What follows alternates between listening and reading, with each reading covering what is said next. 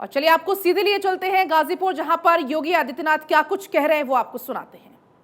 आदरणीय गृह मंत्री जी के मार्गदर्शन में आज अयोध्या में श्री राम जन्मभूमि मंदिर ट्रस्ट के द्वारा भगवान राम के भव्य मंदिर के निर्माण का कार्य अपने अंतिम चरणों की ओर आगे बढ़ रहा है। ये चीजें दिखाती हैं कि विरासत के प्रति सम्मान का भाव क्या होता है, और ये चीज आज हमें वहां देखने को मिल रहा है। काशी में काशी विश्वनाथ धाम,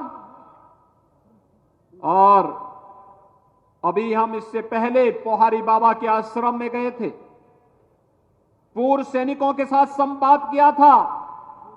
संवाद का एक क्रम किस रूप में आगे बढ़ा।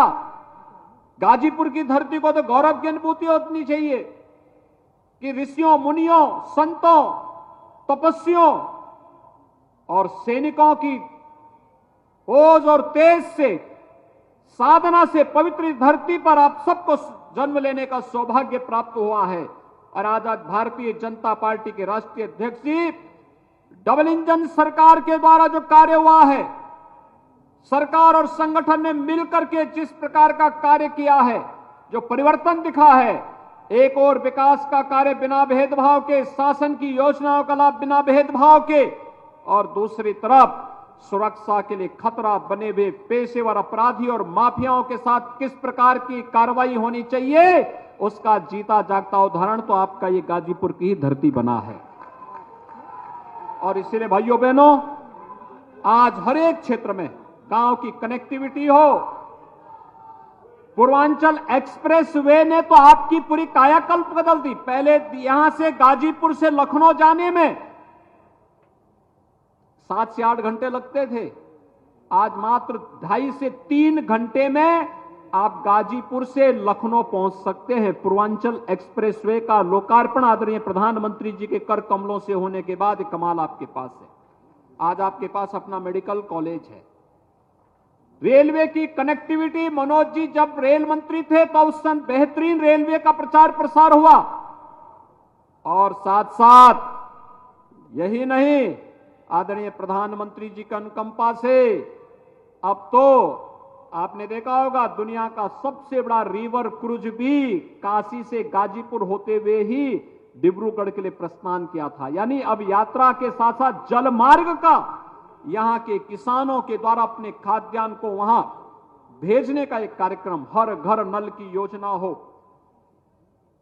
हर गरीब के घर में अपना आवास हो, हर गरीब के घर में बिजली चमकती हुई दिखाई दे। ये विकास, लोक कल्याण और सुरक्षा का बेहतरीन माहौल, ये केवल और केवल मोदी जी के कारण ही संभव हो पाया है। और इसलिए भाइयों बहनों, हम इस क्रम को निरंतरता दे सकें, मैं आपका आह्वान करने के लिए आया हूं। जाति, मत और मजहब की राजनीति कभी किसी का कल्याण नहीं कर सकती। इसी ने उत्तर प्रदेश के विकास में सबसे बड़ा बैरियर था, और इस बैरियर को उत्तर प्रदेश की जनता ने समझा। प्रधानमंत्री जी के आह्वान पर उत्तर प्रदेश ने जब अंगड़ाई ली, बैरियर को हटाया, और आज मैं गाजीपुर की जनता का आह्वान करने के लिए आया हूं। लोकसभा और विधानसभा चुनाव में भले ही हमें सफलता न मिली हो, लेकिन विकास के कार्यों में हम लोगों ने यहां पे किसी प्रकार की कोई कोताही नहीं बरती, और इसीलिए आज मैं आपके पास आह्वान करने के लिए आया हूं। राष्ट्रीय अध्यक्ष जी ने अपने कार्यक्रम के दौरे को केंद्र बिंदु बनाया है आपके गाजीपुर जिले को, और आपका आह्वान करूंगा, आपने डबल इंजन सरकार की ताकत का एहसास देखा है, कार्य की गति को देखा है, सुरक्षा के बेहतरीन माहौल को देखा है, बिना भेदभाव के योजनाओं का लाभ हर गांव, हर गरीब, हर किसान, हर नौजवान, हर महिला तक पहुंचते हुए देखा है, हर एक व्यक्ति के सम्मान को देखा है। इस कार्यक्रम को और गति देने के लिए आवश्यक है डबल इंजन सरकार के साथ कार्य करने वाली प्रतिनिधि भी हमेशा आगे बढ़ करके कार्य कर सकें।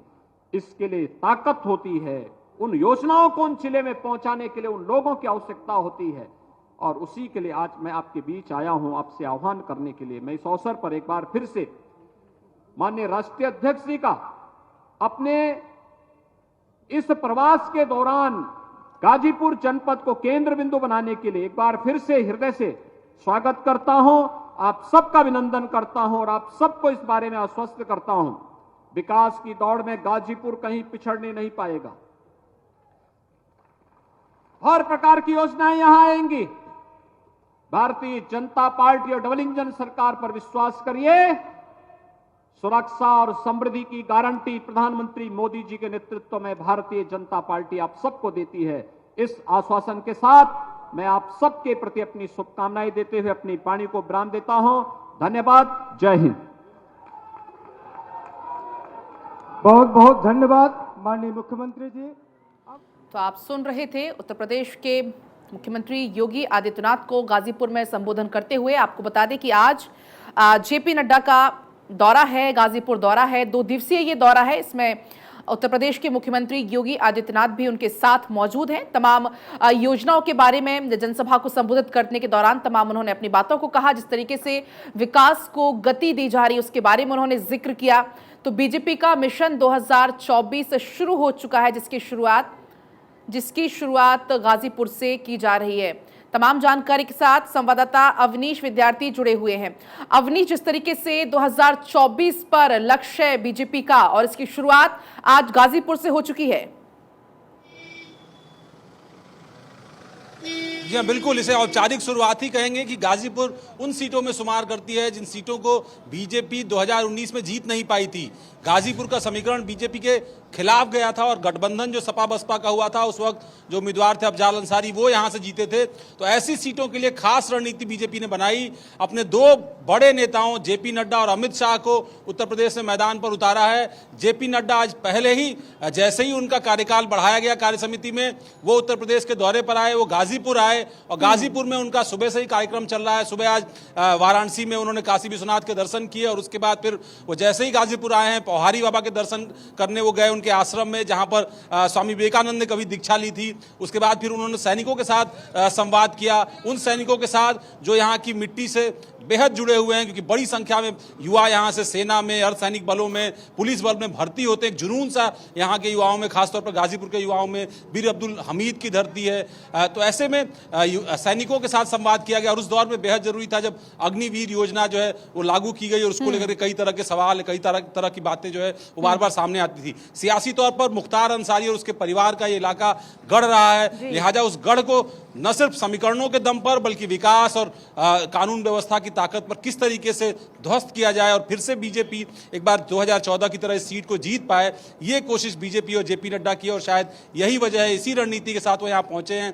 मनोज सिन्हा यहाँ से सांसद थे 2014 में, 2019 का लोकसभा चुनाव वो हार गए थे अफजाल अंसारी से। एक बार फिर से उस सीट को जीतने के लिए पूरा दमखम लगा दिए बीजेपी और इसीलिए एक तरफ जेपी नड्डा यहाँ पहुंचे जिनकी छवि सौम्य है, जो बहुत मृदु बोलते हैं, दूसरी तरफ योगी आदित्यनाथ जो बहुत कड़क प्रशासक हैं, बुलडोजर उनके बहुत बहुत शुक्रिया आपका जानकारी देने के लिए।